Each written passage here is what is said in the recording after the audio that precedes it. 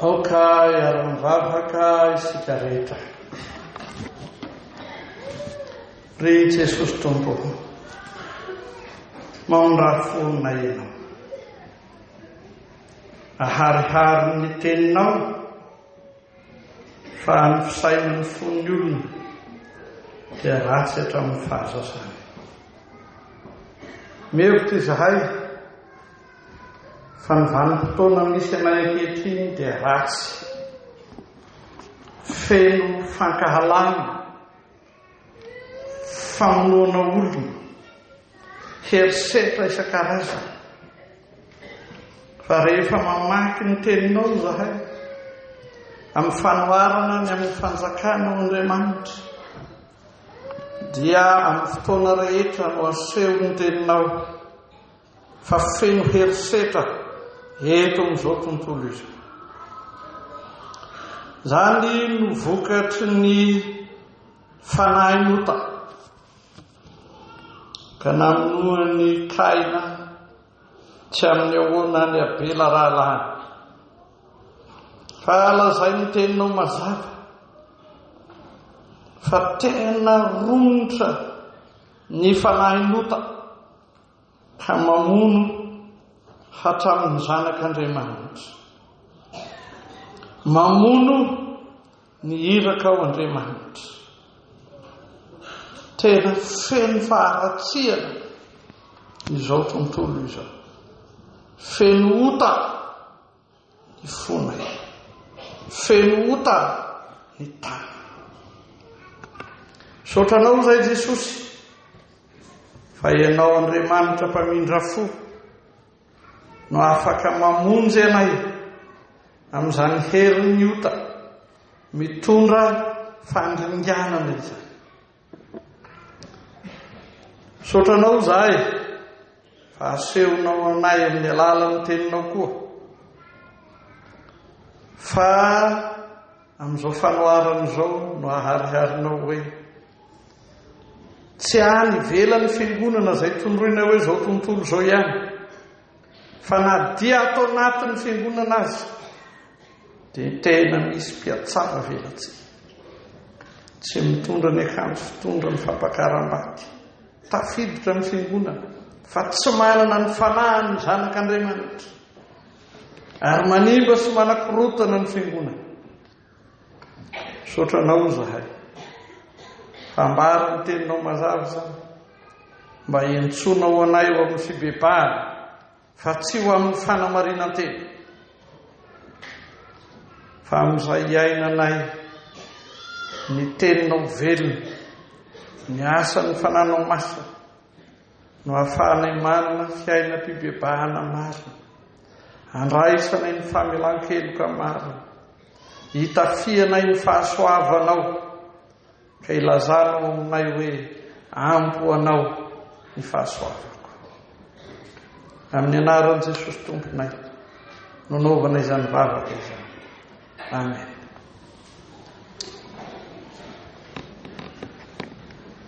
Amin'ny fifaliana lehibe ry havana no isaorantsika n'Andriamanitra amin'izao ivon'ny jobily ataontsika amin'ny filohan'ny synodam-paritany Antananarivo mivady zao, pastora dokotera RAZAFINDRAKOTO Andrenoelina George.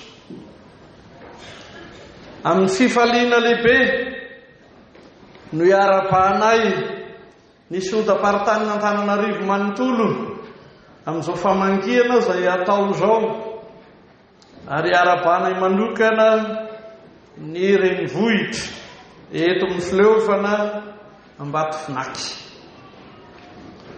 Natao ho zava-dehibe, ary everiko fa tsy hoe nataona irery, fa nataontsika rehetra ho zava-dehibe ity fotoanany io ty, isaorana n'Andriamanitra sy ankasitrahana ny mpanompon'Andriamanitra, pastora dokotera RAZAFINDRAKOTO Andrenoelina George mivady amin'izao JOBILY izay atolotry ny fiangonana azy izao. Raha ho anay manokana tamin'ny zoma tamin'ny oratolakandro dia mbola tany fianaratsoa nandevona ny filohan'ny sodaparitany afovoany ary omaly tamin'ny 3 sy sasany oratolakandro dia mbola tany miandro vazo nanokana ny efelemina bemiha ao anatin'ny fileovan'ny miandro vazo nanokana ny tobo mahamasina ao bemia anatin'ny fileovan'ny miandro vazo nanokana ny sekolo loteranina vaovao ao bemiha ary nanokana mpiandry andian'ny fanavaoza fa isaoranay n'Andriamanitra ny famirampony azoanay miaraka amin'ny sodaparitany n'Antananarivo anio amin'ny fanatanterahana izao JOBILY izao ka dia miarahaba sahady anareo mivady zahay président noho ny fahasoavan'Andriamanitra. Ny tenin'Andriamanitra izay voalahatra ho torina amin'izao dia ny alahady 20 manaraka ny TRINITE sy ny teny fanevany JOBILY. Ny teny fanevany JOBILY izay haitsika rehetra tsenjery avy amin'ny Korintianina 2 toko 12 andininy 7 ary ny alahady 20 manaraka ny TRINITE dia hitatsika ao amin'ny Matio toko 1:2 andininy 7:30 ka hatramin'ny 4:70. Matio toko 2:2 andininy 7:30 ka hatramin'ny 4:70. Filazany tsaramasina araka ny Matio toko 2:2 andininy 7:30 ka hatramin'ny andininy 4:70 iara-mitsangana isika dia maka izany amin'ny anaran'i Jesosy. Miainoa fanoharana hafa koa. Nisy lehilahy tompotrano nanao tanimboloboka dia namefy azy manodidina dia nihady famiazana teo anatiny dia nanao tilikambo ary dia naofany tamin'olona mpiasa tany izany ka nandeha ho any amin'ny tany hafa izy. Ary efa mbekaiky ny tao-pahavokarany dia naniraka ny mpanompony izy akany amin'ny mpiasa tany handray ny vokatra. Fa ny mpiasa tany nisambotra ny mpanompony ka ny anankiray nokapohiny ary ny anankiray novonoiny ary ny anankiray notoroahany vato. Dia naniraka mpanompo hafa indray izy maro noho ny teo dia nataony toy izany koa ireny. Ary noho ny farany dia naniraka ny zanany akany aminy izy ka nanao hoe hanaja ny zanako izy. Kanjo ny mpiasa tany no nahita ny zanaka dia niresaka hoe ity ny mpandova andeo vonoitsika izy dia ho lasatsika ny lovany. Dia nisambotra azy izy ka namoaka azy teo ivelan'ny tanimboloboka dia namono azy. Ko raha tonga ny tompon'ny tanimboloboka hataony ahoana moa izany mpiasa tany izany noho izy taminy. Hataony loza tokoa ny andringanana izany olon-doza izany. Ary ny tanimboloboka dia ahofany amin'ny mpiasa tany sasany izay hanome azy ny vokatra amin'izay fotoana ho avy. Hoy Jesosy taminy, tsy mbola novakinareo va ny teny ao amin'ny soratra masina hoe ny vato izay nilavy ny mpanao trano dia izy no natao fehizoro. Avy tamin'i Jehova izao ka mahagaga eo masontsika. Ary noho izany dia lazaiko aminareo hoe hesorina aminareo ny fanjakan'Andriamanitra ka omena izay firenena mahavokatra ny vono. Ary izay potraka amin'ity vato ity dia ho torotoro, fa nazovina anjerany dia ho mongomongo.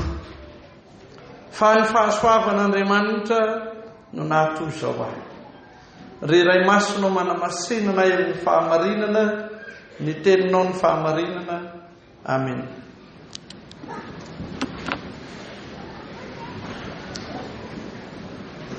Ry fiangonana malala, ho aminareo rehetra ny fahasoavana sy ny fiadanana avy amin'Andriamanitra raintsika sy Jesosy Kristy Tompo. Amen.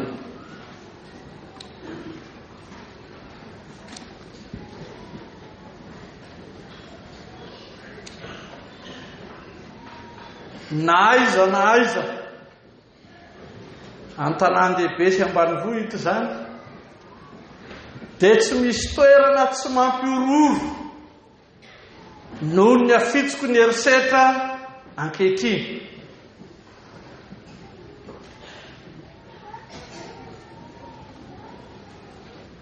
Tena ny horoforo fahatratrana rehefa nody avy any Sotanana tamin'ny 17 septambra ka nahita hoe ambony andrefana amin'ny Rembosary toerana tsy lavitra ny renivohitra Fianaratsoa, indreo anoloanay andian-dahalo mirombo-basy. Fa rehefa nandroso zahay nisava ry zareo, nalatsa ny ampovoany zahay. Jerena olona mena maso daholo izy rehetra, mitodika afara anao ao izy, mekavia anao ao izy, mekavanana anao izy, eo anoloanao eo izy. Lozinina retirin-Andriamanitra. So ihany fa nosavan'i Jesosy ny lalana dia niala moramora le teo aloha dia lasa zahay. Tsy misy toerana tsy mampiororo noho ny vonon'olona mahatsiravina amin'izao fotoana izao. Fa ho an'ny tanora tia mijery film, ny mahafinaritra azy tsy film mandeha moramora, fa rehefa izy no milaza azy dia misy gitagitra. Ary dia iny misy mifampitiftifitra mamono olona tsy misy farany iny no ifalian'ny fony. Rehefa namaky reto tenin'Andriamanitra anankiroa avy amin'ny Matio reto aho, na ny toko 220 izay misy ny perikopa ao Triny, na ny toko 220 izay misy ny perikopa ao Triny, na ny toko 220 izay misy ny filazantsara ny vakitsika teo, dia izany koa no tontolo hita vonoan'olona mahatsiravina. Izao ny tsokevitra hitako. Ny fotoana rehetra, ny toerana rehetra dia fenon'izany horohoronady famonoana olona mahatsiravina izany. Raha mamaky ny Baiboly tsika ao amin'ny Genesis, rehefa niditra ny fahotana amin'ny toko 13 dia hitatsika hoe sy roniny tsy vetiny no vonoiny Kaina Abela rahalahy. Dia niangy avy amin'izany ty vonon'olona tsisy farany etsero ty.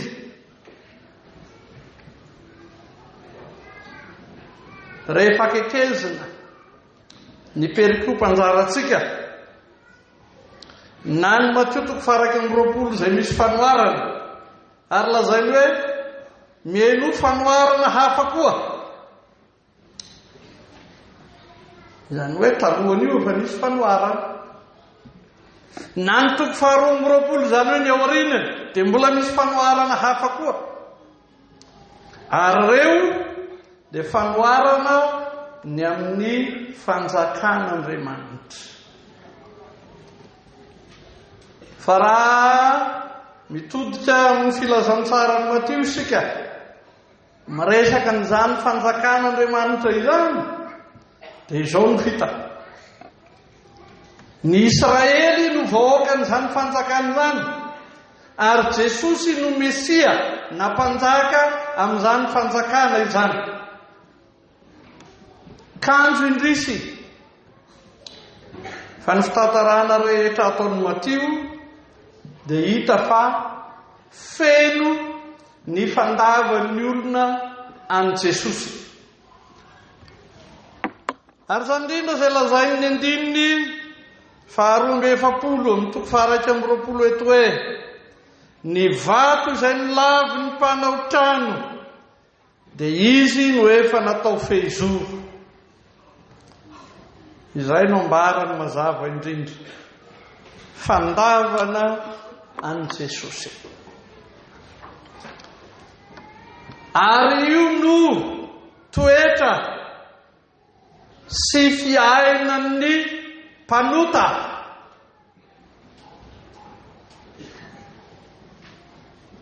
Io fandavana an Jesosy io.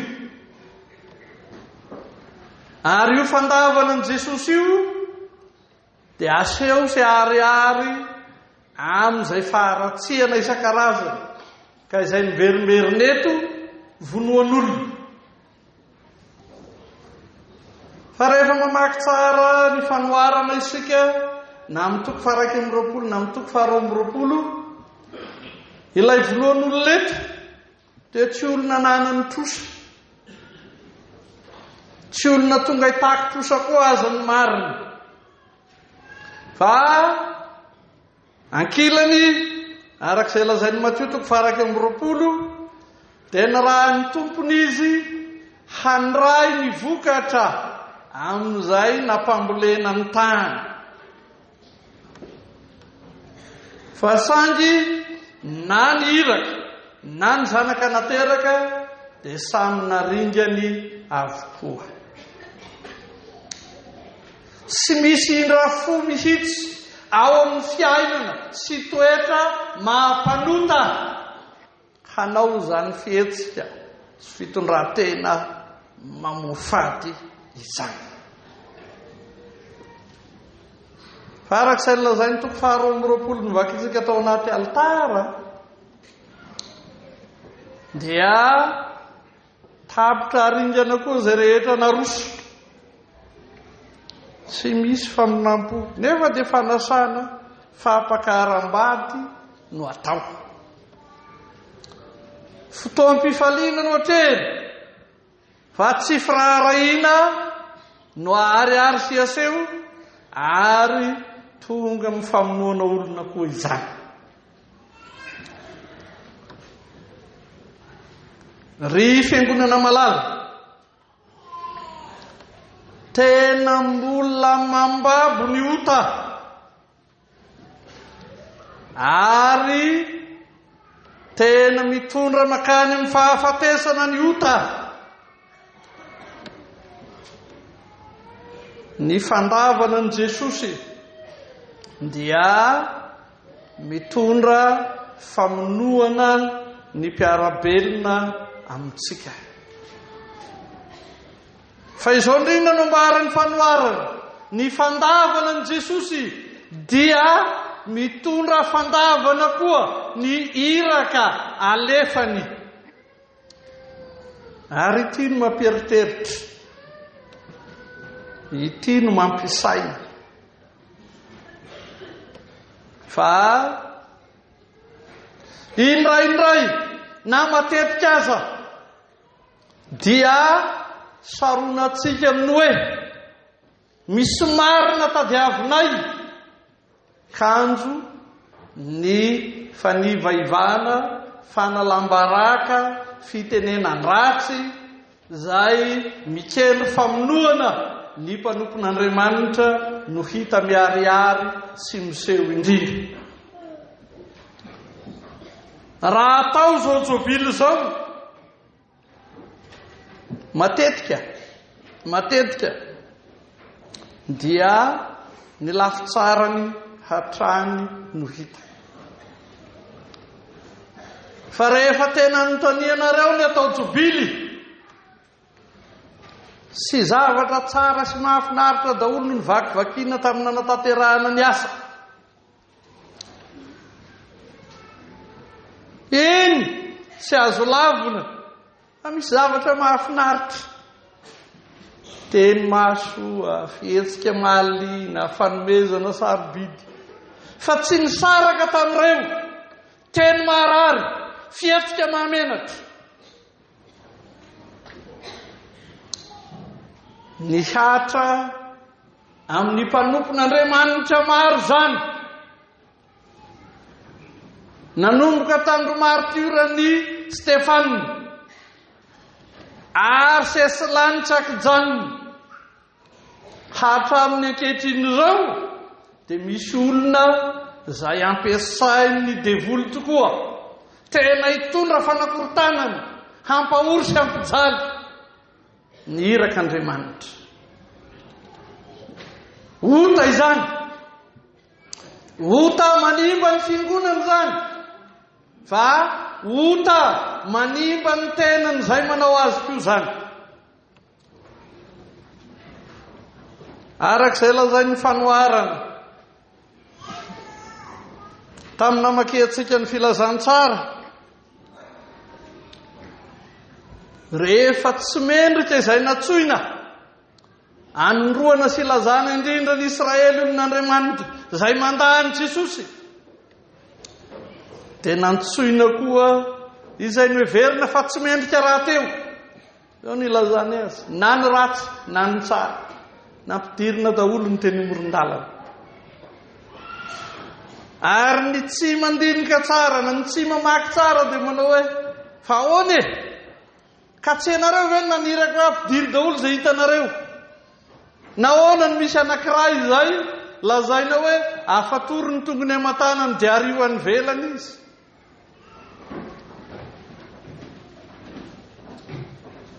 Izany no marina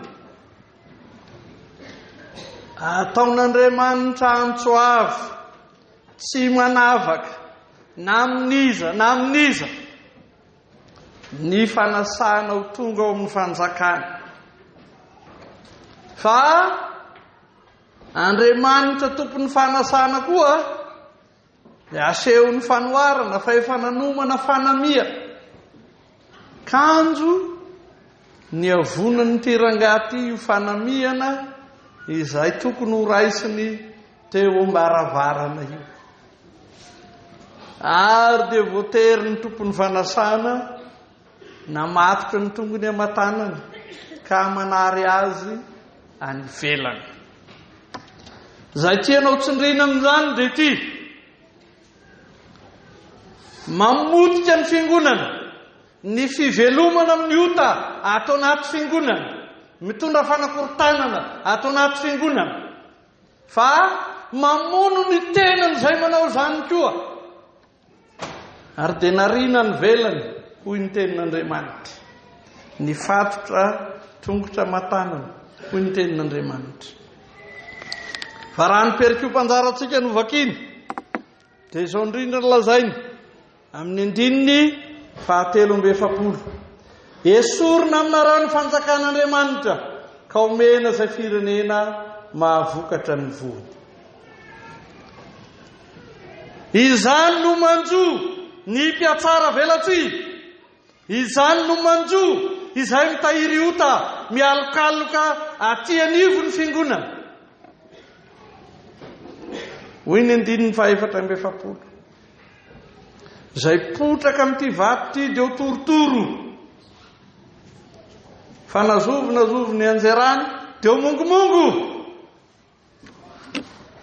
Amin'izay fanehoana ny fandavana ny Jesosy ry havana, amin'izay fanehoana ny fitiavana ny ota ry havana, amin'izay fanehoana ny fanakorontanana hita eo anivo ny fiangonana ry havana, dia ambara ny tenin'Andriamanitra mazava fa izy Andriamanitra ilay mahalala ny vo sy ny fo, izy Andriamanitra ilay mandinika lalina, dia milaza tsy ampiambambana esorina aminareo ny fanjakan'Andriamanitra. Avoaka ivelany ny mpiatsara velatsy rehetra, fa tsy avoaka ivelany fotsiny, fa ho torotoro, ho mongomongo. Izany dia teny marina izay tsy afen'ny tenin'Andriamanitra ho an'izay rehetra manohitra na mandany Jesosy, ho an'izay rehetra miaina ny fiatsaram-belatsy, ho an'izay rehetra tamana amin'ny ota ka mila laota ato amin'ny fiangonana. Sy fanombana ny fiangonana ihany zany, fa famonoanao ny tenanao tanteraka.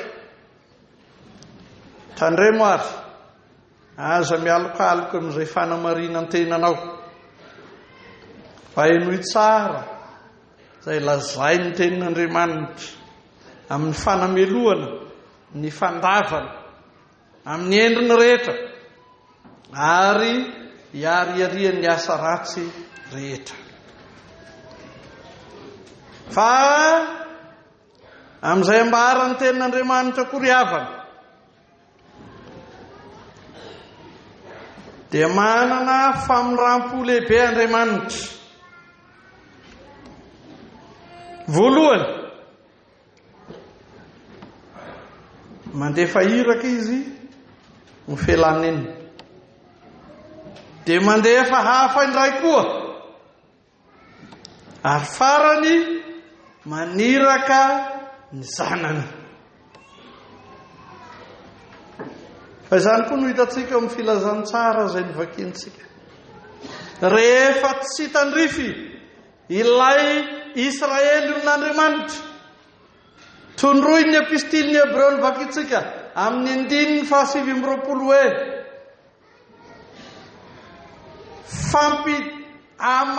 amafy ny fampijaliana ataonareo tokony hiatra amin'izay nanitsaka ny zanak'Andriamanitra, ka nanao ny rano ny fanekena izay nanamasinana azy ho zavatra tsy masina sady maniratsira ny fanahin'ny fahasoavana. Io no manondro indray fandavana. Dia ity mbola nialanenina Andriamanitra ka nasainy nampidirina daholo na iza na iza. Tena lalàna manafay sy manameloka ho an'izay minia manota sy mandà. Tena lalàna manafay sy manameloka ho an'ny mpiatsara velatsy. Izany no ambara ny tenin'Andriamanitra. Fa tena misy filazantsara ny fahasoavana koa handraisana izay rehetra sy ny omana akory mahazo miditra ao amin'ny fampakaram-bady. Tena famindrampò koa fialanenina ho an'ilay nampanofaina ny tany ny hoe tsy ny farana tamin'ny iraka voalohany fa nisy iraka faharoa, nisy iraka fahatelo. Tena fialanenina sarobidy ilazan'Andriamanitra ny alehiben'ny fitiavana sy ny fanajana amin'ny fitiavana izay ataony izy. Izao no lazainy 7:30 hanaja ny zanako izy. Io no lazainy amin'ny fanoharana. Raha tsy raha ny iraka rehetra alefan'Andriamanitra ny olona mba hihevitra ny asarobidy ny fanarahana ny zanany. Izany no hiafena ny filazantsara marina riavana. Fa ny zanak'Andriamanitra tenany no natolony sy nomeny ho an'izay rehetra sy mendrika akory. Ny zanany no natolony. Eny fa na dia fantany azy zao hoe tsy maintsy setrasetra azy ny olona ary tsy maintsy ho tonga tokoa ny fahafatesana. Fa izany no vidin'ny ota dia neken'Andriamanitra izany. Neken'Andriamanitra izany. Ary dia nalatsa-dra tokoa Jesosy ho fanamarinana ny mpanota. Ho anao indrindra koa izany ry fiangonana malala. Ho anao indrindra koa izany filazantsara velona izany. Mba tsy hamindrahan'Andriamanitra ny fitiavany ho any amin'ny firenena hafa dia atolony ianao koa izany, omeny ianao koa izany. Izany no filazantsara velona ambaran'i Jesosy anio. Tena ao ny toetran'Andriamanitra tsy mamindra fo amin'izay mandahan'i Jesosy. Fa tena ao ny fitiavana asehon'Andriamanitra maniraka ny zanany, manolotra ny zanany, manome ny fahasoavana ho an'izay tsy mendrika an'izany. Tsy mendrika an'izany izay rehetra nasaina hiditra tao amin'ny fampakaram-bady. tsy mendrika an'izany lehilahy izay nampanofaina ny tany eto fa tena omen'Andriamanitra amin'ny fialanenina marina ny alehibe ny fitiavany tsy arefesina, tena omeny ny fitiavany tsy azozonozony ary ho anao zany, eny ho anao no anomezan'Andriamanitra n'izany. Fa azo lazaina ihany ny hoe amin'izay mahaolomboantsy manokana any pastora dokotera RAZAFINDRAKOTO Renwell George mivady, fa lazaina mahitsy sy mivantana tsara koa ny hoe amin'ny alehibe ny fitiavan'Andriamanitra azy mivady no niteneniny Jesosy taminy, tahaka nitenenina tamin'ny Paoly fa izay hoe ampy ho anao ny fahasoavako.